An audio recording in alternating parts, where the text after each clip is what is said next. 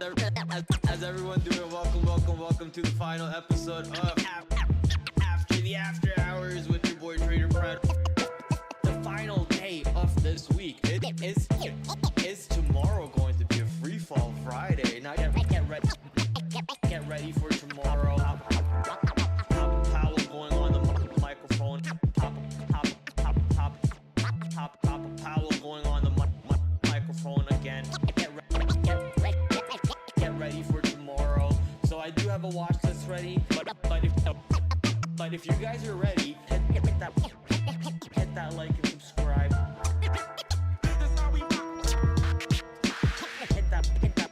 Hit that like and subscribe. Thank you guys for all the love. Thank you guys for all the support.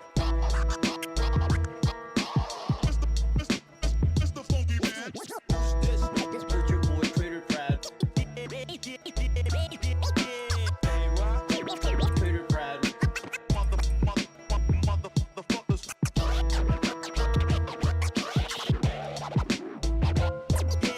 But if you guys are ready for this show to get started, why don't we dive into the full screen and hit that like and subscribe. Alright,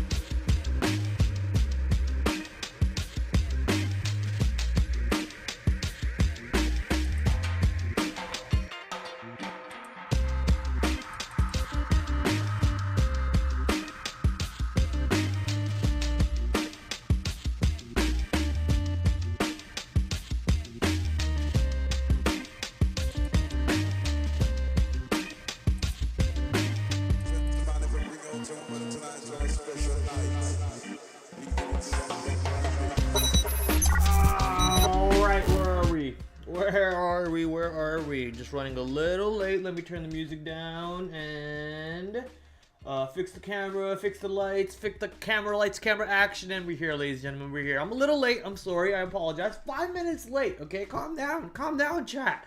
Calm down.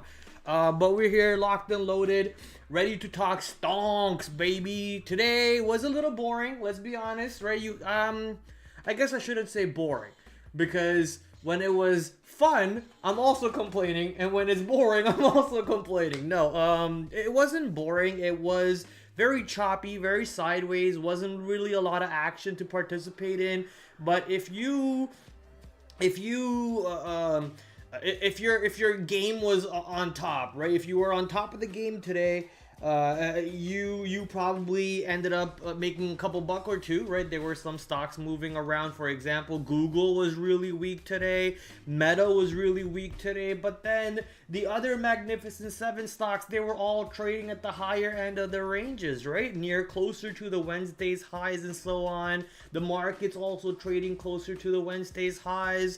And then sadly, you know, all the moves happen to come into play into the close when NVDA news happens. NVDA news comes out that it's banned. China is no longer allowed to buy NVIDIA graphics cards, so that kind of moves the market. So not really too much activity today to sadly participate in, but I tried, and I basically gave back everything I made yesterday, so that sucks, right? Basically, 2 days of hard work and making zero is a lot of fun to see things like that, but you know, it's better than you know, giving back your whole month, giving back your whole week. So I'm trying to look at this as a glass half full, half empty kind of situation, and trying to take what I can from this day and from my day today overall.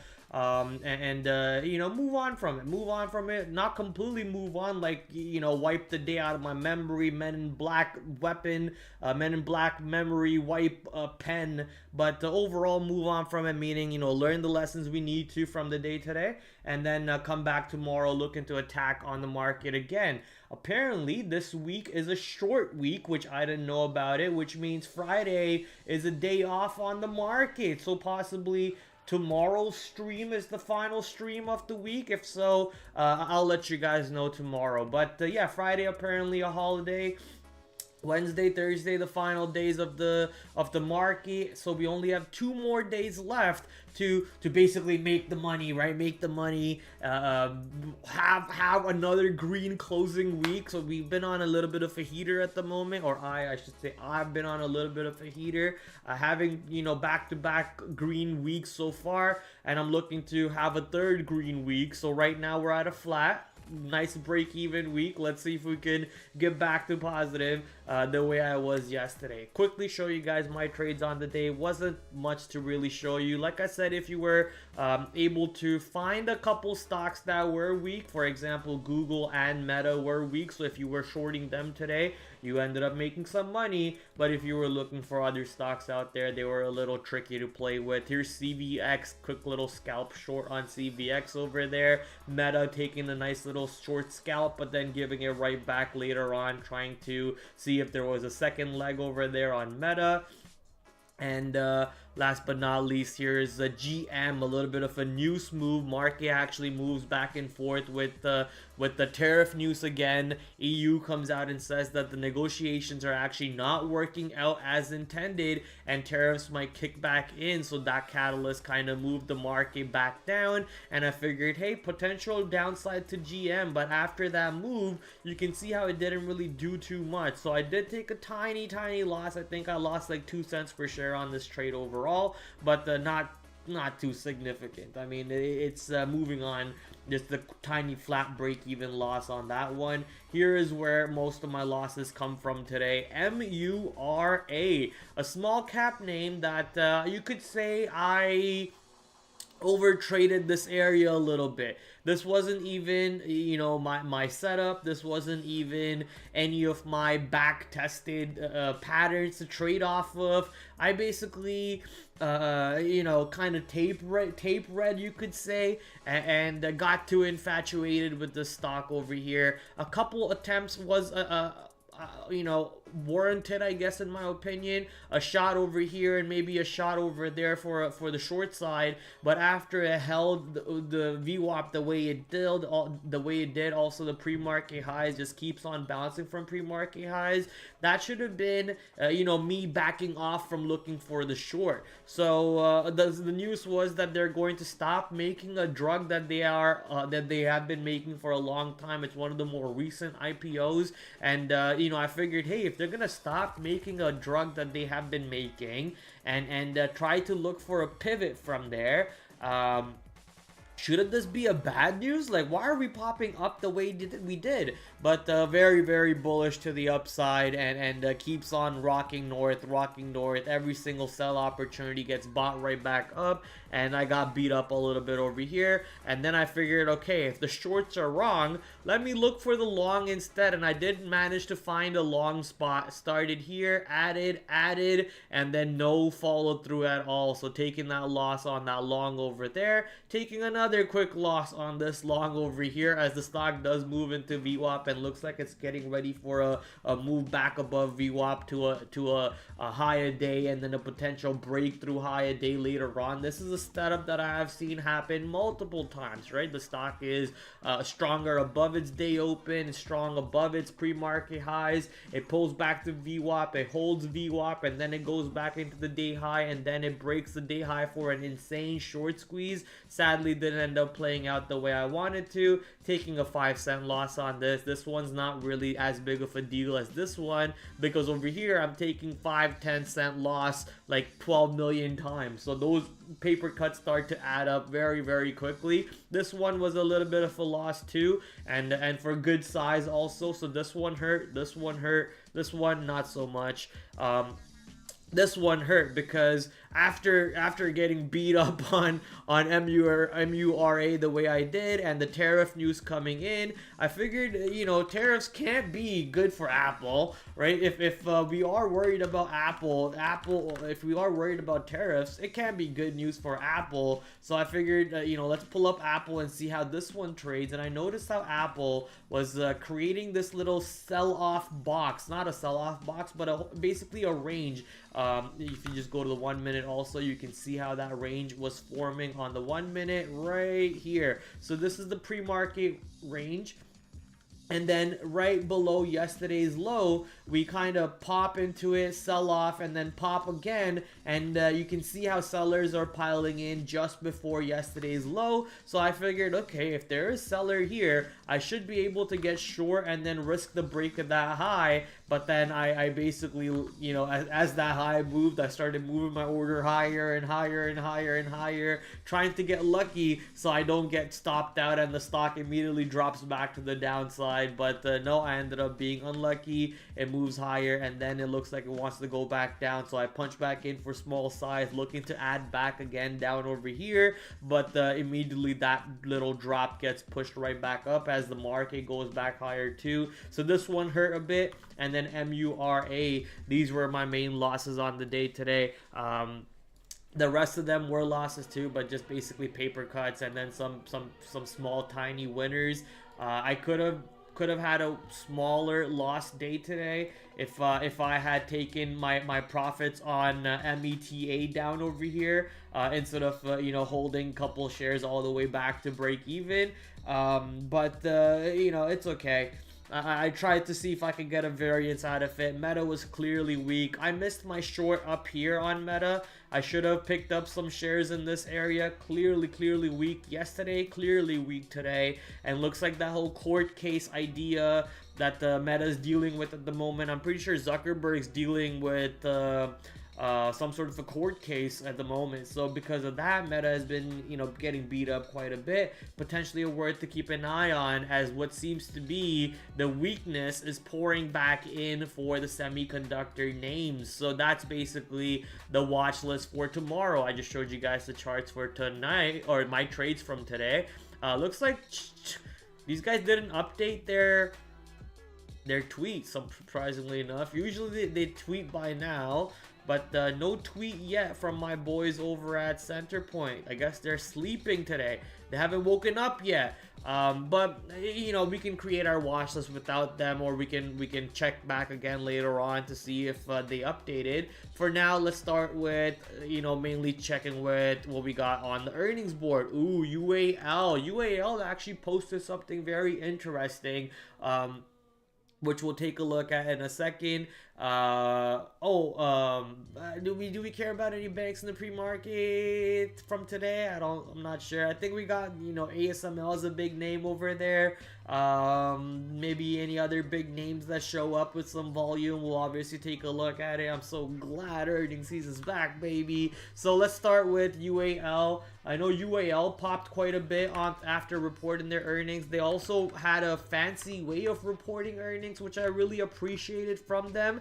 And I'm going to be expecting a lot more companies kind of doing this in the future, which is what United Airlines did. I'll show you exactly what they did in a second. Let me just curate my watch list. So we have two names from earnings board. I don't really care about anything else on the earnings board besides these two. I think these two are good enough at the moment. And then we're gonna head over to taking a look at some of the I don't think I need to put these twice. I'll just start typing in some semiconductor names. So let's start with MU, TSM, AMD, MRVL. Do we need to even put MRVL in there? And then we'll just throw NVDA to be safe. Do I need to put Intel? Maybe we'll throw up Intel there too.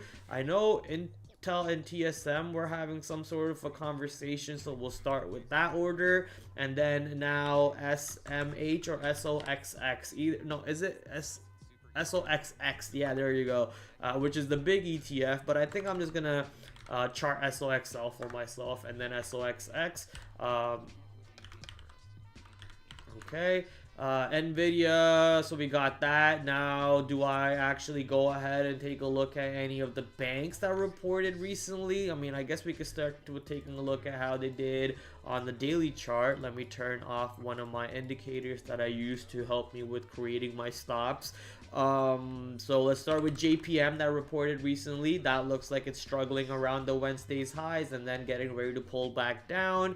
Bank of America reported today. It did get above Wednesday high, but it is closing around that Wednesday high. So if we do get back below today's low tomorrow, potential gap close back into Friday or Monday high over here on Bank of America, especially if JP Morgan gets below today's low or yesterday's low. JP Morgan could easily open up some room to the downside over here if it does manage to get back below 200-day moving average. So that could help Bank of America have that gap close trade, but I'm not really seeing anything that is standing out right away that makes me, scream and get excited for a trade on the banks at the moment. If I do want to trade them, I think I'm just gonna go ahead and track them throughout the day. I'll look at what JP Morgan's doing, I'll look at what Bank of America's doing, I'll see if there's any patterns, and then I might end up trading them. But I'll be honest with you, this is where most of my attention span is going to. I'm gonna quickly throw in some Bitcoin names because I remember Bitcoin was moving quite a bit today. MSTR, IBIT,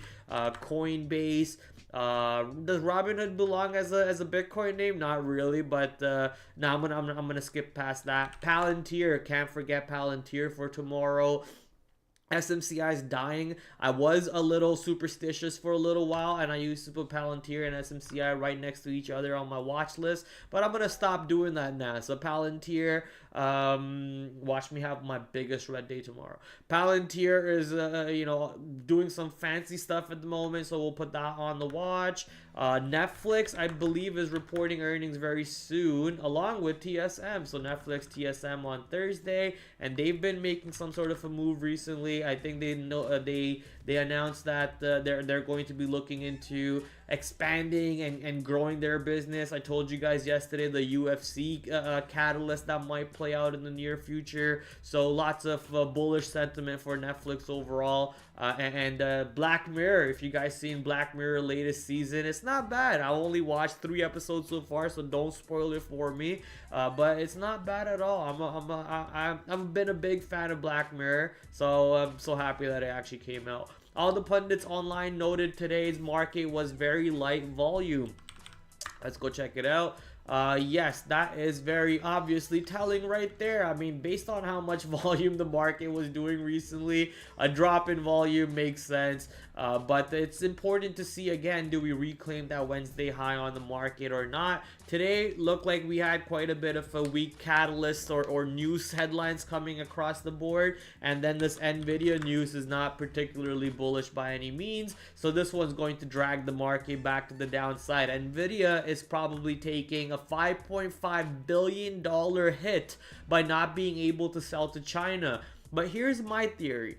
What is stopping China from opening a shelf company in India and then buying it from India? Basically, you get the cards delivered to India, and then you just, you know, move it across the border, how you move some of the other illegal stuff out there anyways, right? It's not that hard if you ask me. So I'm sure this ban on H20 chips is not really a big thing, right? The people are still going to be spending, people being Meta, Google, Microsoft, they're still all gonna go out there and spend billions of dollars. Well, that's the thing we wanna hear, to see if they are going to continue spending, right? Meta said they're gonna spend $60 billion last report. We want to see them say we're gonna still continue to spend 60 bill and you know, not drop that number, showing us that they still have faith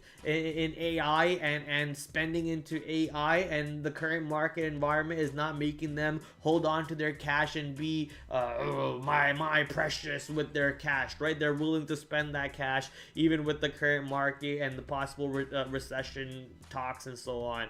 So if those conversations do come out positively, then you know, we are very, very excited to see how NVIDIA plays out. But in regards to banning China from buying these chips, I don't know how much of that is actually going to play out. I mean, wasn't this already happening? I thought China was not allowed to buy these chips for like already a year ago, and still China still managed to acquire a bunch of these chips, and you know, they trained DeepSeek on it, right? I think, what was it, not DeepSeek CEO, but some other CEO,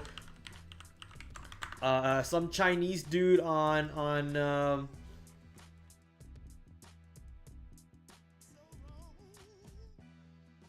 some kid, AI CEO on DeepSeek, who's been making like so many rounds on the internet. This guy right here, I don't even know who this kid is. He calls himself an AI, calls himself a billionaire, calls himself a genius. Scale AI CEO Alexander Wang approximately claimed that DeepSeek already possesses approximately 50,000 NVIDIA H100 chips already. So you're telling me the ban that was already in place didn't really matter because they already had 50,000 chips that they weren't even allowed to talk about, and it was hush hush money, right? So how is this ban even going to play out? I'm calling BS. I'm calling absolute BS on all of this, and I think if anything, this just is a buy the dip opportunity again on NVIDIA. All of these dips are just buy the dips opportunities at the end of the day, but I do believe that this is also part of a retaliation from what China did to Boeing today. China came out and said, we are going to cancel all deliveries from Boeing. We no longer want Boeing planes. I mean, listen, if you saw what's been happening with Boeing for the past few years, I also would cancel my flights with Boeing. This doesn't have to do anything with tariffs, doesn't have to do anything with Trump being a president and all that fancy stuff, but it sucks that you know, it does seem it does seem like that's the reason why all of this is happening. So a retaliatory move looks like on the NVIDIA ban on chips. Once again, I think that whole ban is absolute BS. Nothing's gonna stop them from acquiring these chips from other countries, through Vietnam, through India, through shelf companies across the board. So I'm not sure if this actually means an actual damage on NVIDIA's report, as NVIDIA said it might. NVIDIA says $5.5 billion damage on that report. I don't think it'll actually come out that big. It'll come out way better. And then because they overestimated their damage, and they didn't actually take that big of a damage, NVIDIA is going to, you know, have an insane rally when they actually report, and people are gonna be like, whoa, people are still spending on chips. Oh, people are gonna lose their mind about it. So I don't buy any of this from the current government news. Also, I don't think this NVIDIA ban chip news matters at all. But I'm not an analyst, I'm a trader, so none of it matters to me what they do or what they don't do. Only thing that matters is what does the stock do. So if the stock actually gets below Wednesday's low, then hey, there's no more longs at all. So Wednesday's low is like what, $97. You have that 103.65, which was last month's low, and it is kind of forming a base above that last month's low. Another chart that I love to use is the hourly chart on NVIDIA or any of these big techs, right? Go look at the hourly chart, and if the stock is looking like it's you know, has a lot of room to the downside on the hourly, then I'm pretty excited to see how that will play out. So NVIDIA looking like a high priority name tomorrow. Along with NVIDIA, we already know Micron has been very weak after taking out the big long-term support near $84. And with this NVIDIA news, it can't be good, right? So potentially going back to the downside if NVIDIA is dropping below 103. I think looking for a pop to short on Micron is also a possible trade idea. A sympathy trade basically is something to keep an eye on. Intel, I mean, it did go lower with NVIDIA, but I'm not sure if I'm really looking at this one for a trade. AMD potentially also went down, but you know, they are on my watch list. But just gonna watch the ETFs and NVIDIA overall tomorrow to see how these set up. At the moment, that 103 level is a little bit of an inflection, which is what last week's low, or last month's low, sorry. What was that again? 103.65. Hey, good memory. So it's at the moment I'm gonna use that as an under over, but that Wednesday's low is 97.50, 53. 97.53 Wednesday low will be also a good inflection level. If we do get below that tomorrow, there's just absolutely no longs at all. But imagine we drop into that Wednesday's low and we find buyers coming in, stepping back in, and the stock immediately bounces back above 100. No shorts at that point. Simply no more shorts at that point.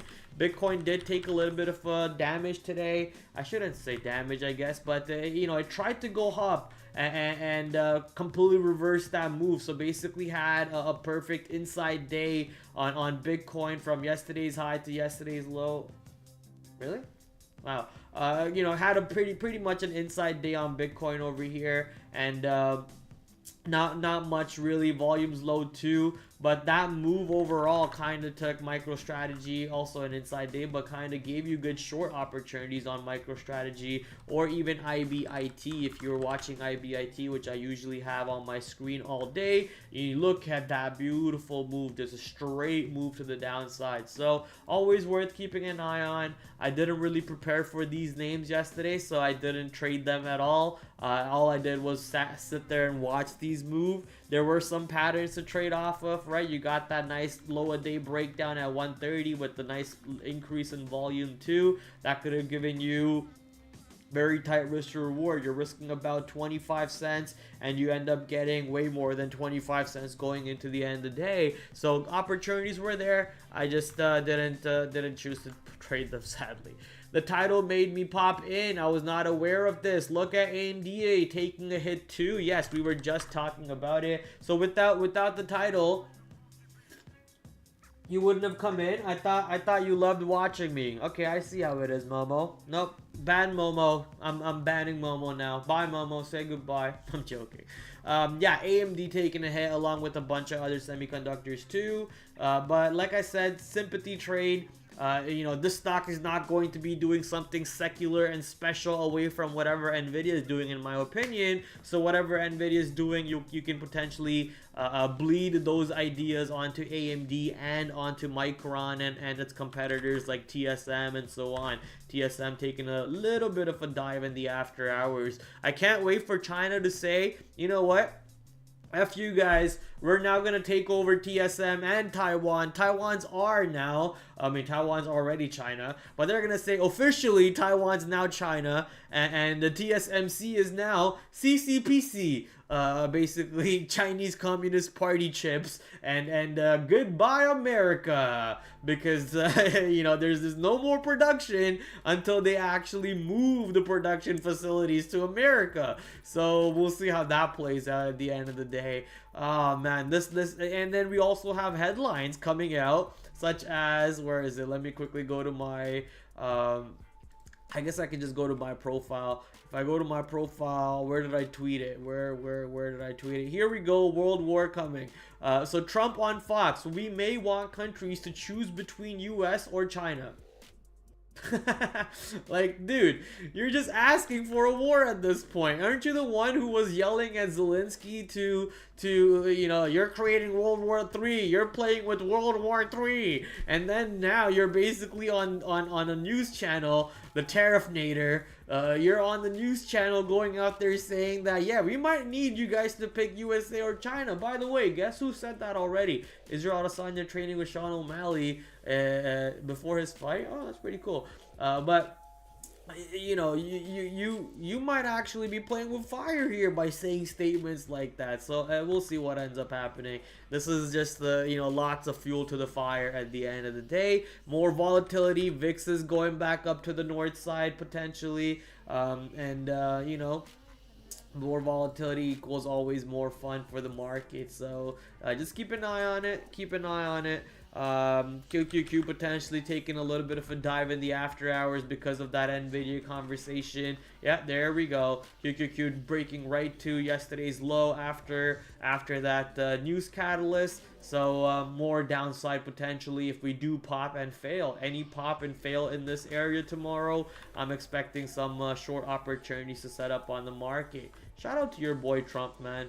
I gotta love this dude. Gotta love this dude. Hey, there we go. We finally got our people to, oh, Bull. We can't forget Bull, but I guess we could forget Bull.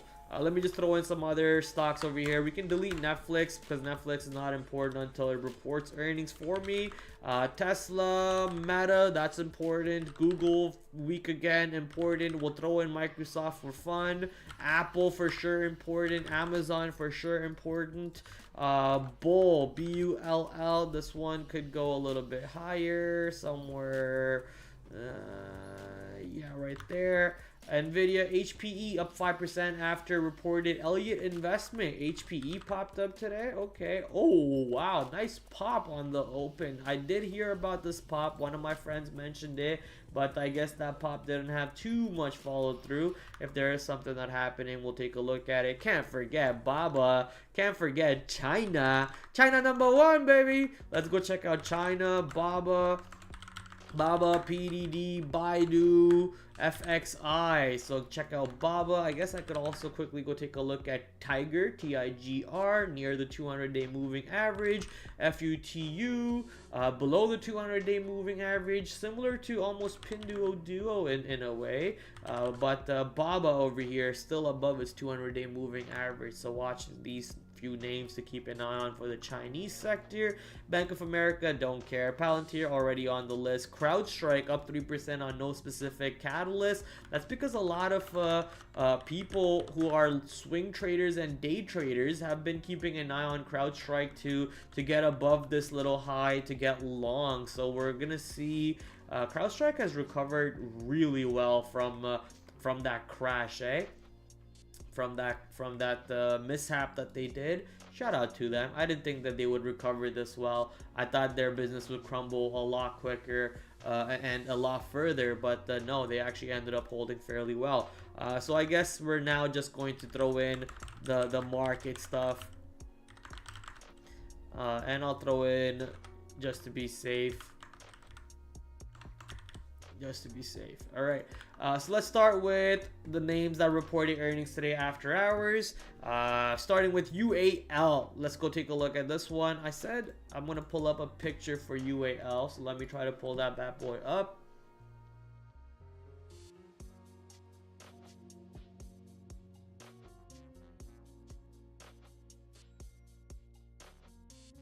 Where is it? There we go. So investor update, they said, where is it? Right here. With the recessionary environment, we're expecting $7 to $9. With the stable environment, we're expecting $11 to $13.50 for earnings per share. So that I actually like the way they did this, but it also could mean that they are not very confident with the current environment, right? Why would you want to even put it this way if you're not worried about what's coming up ahead? It's almost like the bank's coming out and saying, hey, don't worry about the money in the bank, it's in there. It's like, if your bank's coming out and trying to reassure you that your money is in the bank and you don't have to have a run on the bank, then maybe the money's actually not in there, and I need to go run on the bank. So this might be a little scary to see, but overall I think something that I might have actually helped for UAL, because they popped in the after hours all the way up to last week's high, which is, I'm guessing, that same Wednesday high again. So pushing right back into that Wednesday high of $72.77, or let's just say 250. There we go. So just pushing right back into 72.50 over there, and if it starts to hold above this area, it's basically reclaiming 200-day moving average at that point, on what seems to be positive earnings report in what also could be scary market environment. So not sure how to play this one yet, but I'm pretty sure a lot of swing traders, if they do like the report, and if the stock does reclaim that 72.50, 73 area, they're going to be looking to get long on this name. Maybe not in the current market, but they're going to be keeping an eye on this one for sure. United Airlines first quarter 13.21 versus 13.25, a little bit of a miss over there. First quarter earnings 91 cents versus 76 cents, a beat on that side. Premium cabin up 9.2, up 7.4. Business up 7.6. Basic economy up 9.7. Cargo up 9.4. Loyalty capacity was up 4.9% on a year-over-year basis. Total revenue per available seat mile was up overall. Cost per available seat mile declined by 3.4%. Average fuel price per gallon was 2.53 for the quarter.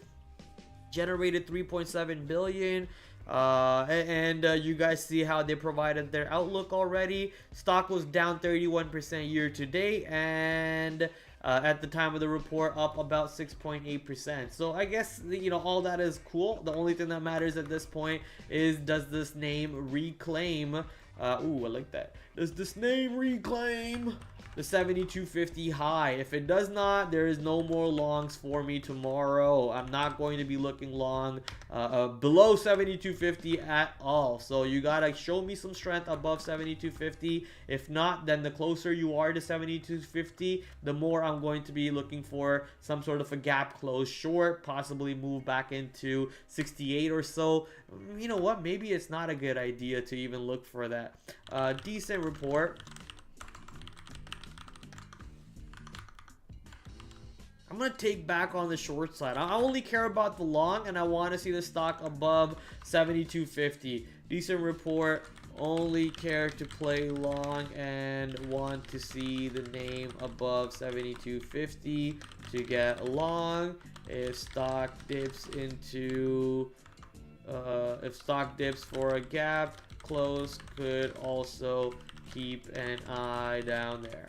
Okay, so watching this one, potentially a setup to apply is the money trade. I don't know if that money trade is a setup that's actually applied in the market environments as the one we are in, but I'm going to keep an eye on this one for that. So purple priority for UAL. ASML reporting tomorrow pre-market, if I remember correctly, so that should be the end of the list for tonight after hours. Yes, so ASML tomorrow pre-market, another semiconductor name, and if I remember correctly, one of the biggest semiconductor names out there, along with NVDA, AVGO, and so on. So ASML, keeping an eye on this one too.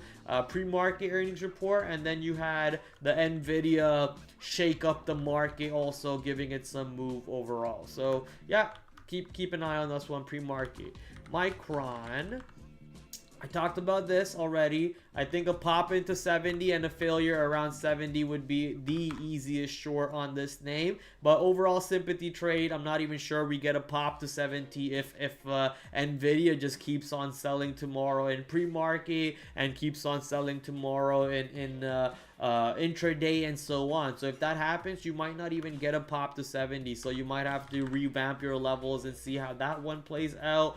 AMD, I think it's kind of the similar idea as Micron, but maybe the level is 90. I'm just picking an even dollar here. It would be much cleaner maybe to get a pop into yesterday's low and a reject around yesterday's low, which was nah, today's low is actually all the way up here, so that wouldn't even make sense. I mean, you don't want to see the stock getting above 90 really if you're looking for the short. If this gets back above 90, I'm not sure if there's much of a short tomorrow on this name.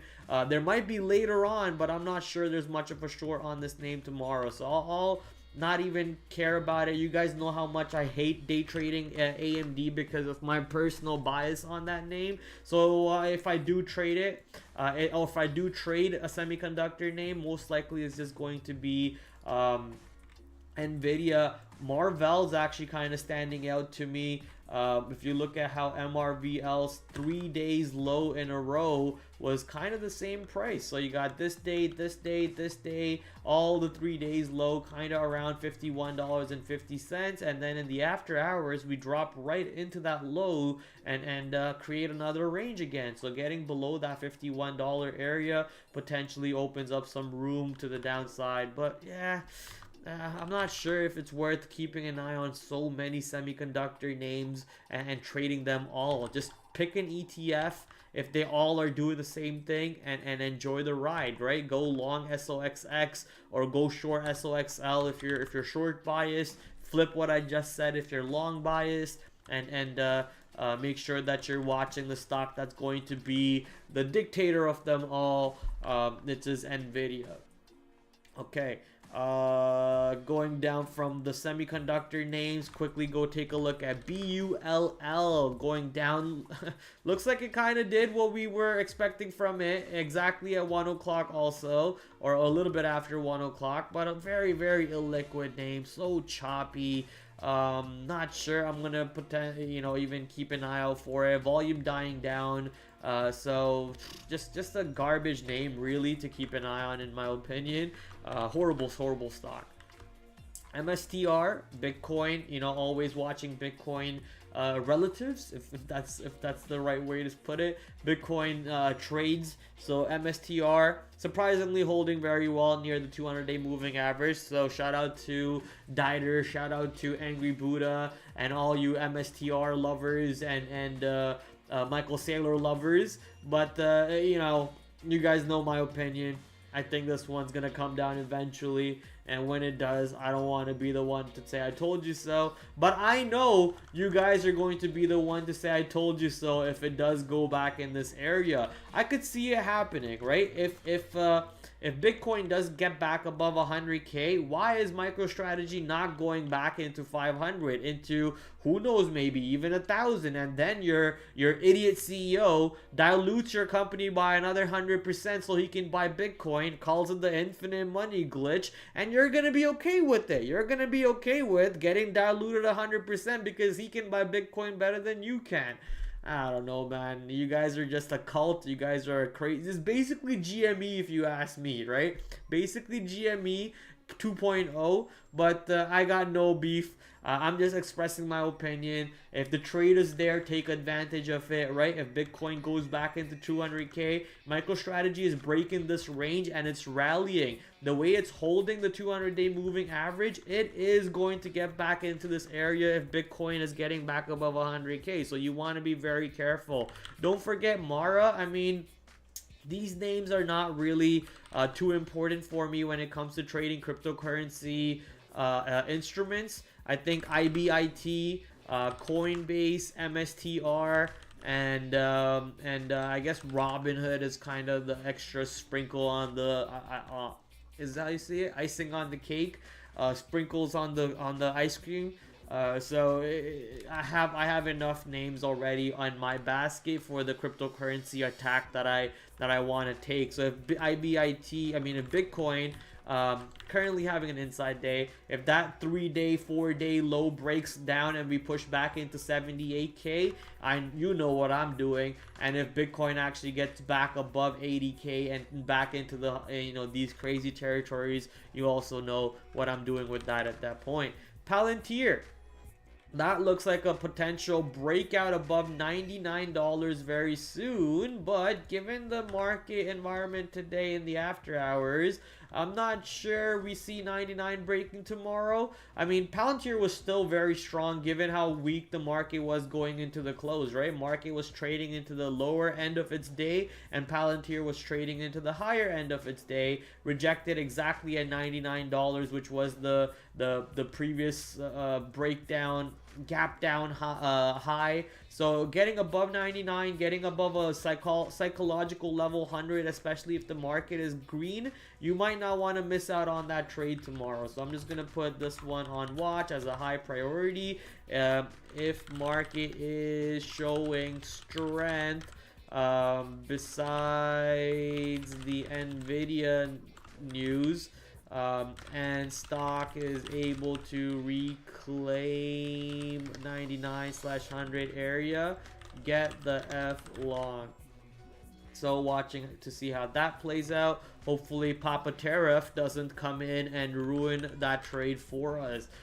Tesla, Trump keeps saying he will work with automakers.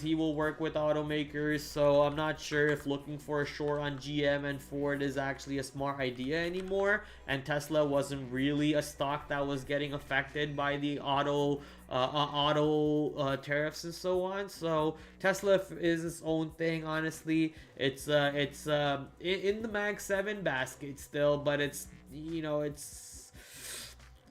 not as weak as some of the Mag 7, but it's also not as strong as some of the other Mag 7. So it's kind of like just hanging out by itself at the moment. Probably the only one now that's close to its 200-day moving average compared to all the other ones. All the other ones are now much lower, or in terms of percentages, are much further away from their 200-day moving averages, whereas Tesla is basically playing with it, right? It's near the resistance.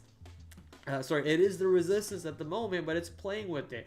I also hear a lot of people calling out the death cross, which apparently, 3 months from the day that the market has a death cross and 6 months out from the day the market has a death cross, it actually has a green month or green returns. So this is potentially a market bottom as you see the death cross, and then potentially some upside coming in 3 months to 6 months from now for you to get long into. So if you are interested in some buying based on statistical trades, that's something to keep an eye out right there. Tesla earnings April 22nd, can't be long going into that report. I think given the current volatility and tariffs, nooses, headline driven market, you can do whatever you want at the moment, just don't hold it overnight. Right, just don't hold it overnight. Not the environment, not the market to be holding Magnificent 7 stocks overnight, in my opinion. But nothing wrong with day trading them, especially when they're trading $23 a day for Tesla. Right, nothing wrong with day trading these bad boys. Tesla, Amazon, Google, I'm going to keep staring at the hourly charts on these and see if they keep pushing back lower. Google was extremely bullish on Monday and really bearish today. So if Google continues to stay weak, looking for that short. Meta having some issues at the moment with its court case or whatever. So if that shows me weakness, I'm going to look for short again. So basic ideas, if the market is weak, look for the ones that were already weak yesterday or the day before that and then short them. If the market is strong, look for the ones that were strong when the market was strong, or also when the market was weak, and then look to get long on them, such as Palantir. So basic ideas overall to keep an eye on for stocks. China is always going to be short the pops for me, just the way the cookie crumbles on that side. So always looking to short pops on China. Baidu at the moment does not want to go to that 74 area for me, sadly. So we're gonna have to wait for that breakdown much longer than expected. QQQ rejecting around Wednesday high again. It actually rejected a little bit lower than yesterday's high today.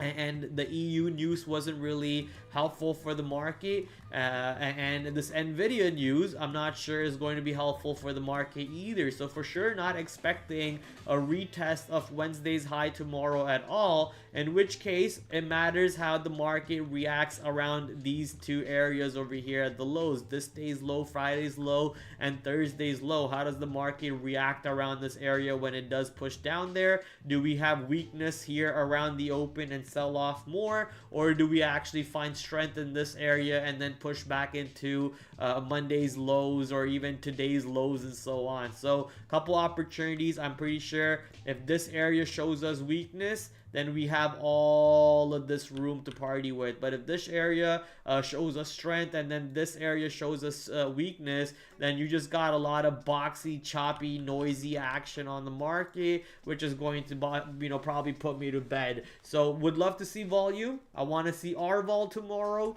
I want to see the market not stuck in the range over here. And then I want to see NVIDIA having some fireworks for us. That's basically all she wrote for tomorrow. I don't think you want to distract yourself with too many names. Semiconductors, with the overall theme that's going on. Bitcoin, if it does get a little active, then you have the earnings names and the large cap names. So very, very simple watch list for tomorrow. Let's make some money, baby. Quickly go take a look at the economic calendar currently coming in at, what are we at? I think nothing, right? Core retail sales at 8:30. Okay, core retail sales at 8:30. Anything else tomorrow? Two star. Crude oil inventories at 10:30. Fed Chair Powell at 1:15. All right, that's something right there. You have a 20-year bond auction also at 1 o'clock, so that's going to be something to keep an eye on. So bond auction and Fed Chair Powell is your econ calendar tomorrow for those of you who trade intraday. But if you are a swing trader or like a futures trader who trades during 8:30 and so on, then you might want to keep an eye out to see how the market reacts to that 8:30 calendar. IPO calendar, I think nothing tomorrow, but we do have something to look at for tomorrow. So we'll take this one tomorrow, not for tomorrow. We'll look at tomorrow or on tomorrow, whatever. God damn it, I'm tired. We'll be looking at the stock tomorrow because this IPO is on Thursday, which is the final day of the week. So make sure you tune in for the final stream of the week tomorrow. And we'll have some fun. We'll get ready for this name. It's a Chinese name, so we'll see if it even IPOs. Look at the Chinese IPO, look at some names, and then show you guys my profitable day that I'm going to have. I wish you guys the best. I wish you guys the same. A big, big profitable day. And yeah, ciao. Catch you guys next time. Peace.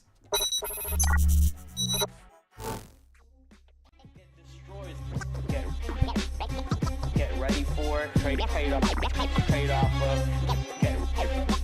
get ready for the watch list for tomorrow, ladies and gentlemen. So I'm gonna bring in my big screen over here, back to another brand new week of After the After Hours with your host TraderPrad. I'm doing great. Hopefully you guys are joining me on that great side. Markets are moving around. Might just be a risk on type of day, so let's see what happens. 8 o'clock tomorrow. As you guys know, we do the stream Monday to Thursday, 8 p.m. Shout out to my affiliate sponsors, Benzinga, Trade Ideas, the #1 scanner to go to, Trader Sync, promo code down below, promo code PRAD15 to get 15% off. I will catch you guys tomorrow, 8 o'clock, same time, same place. Until then, TraderPrad out. Adios.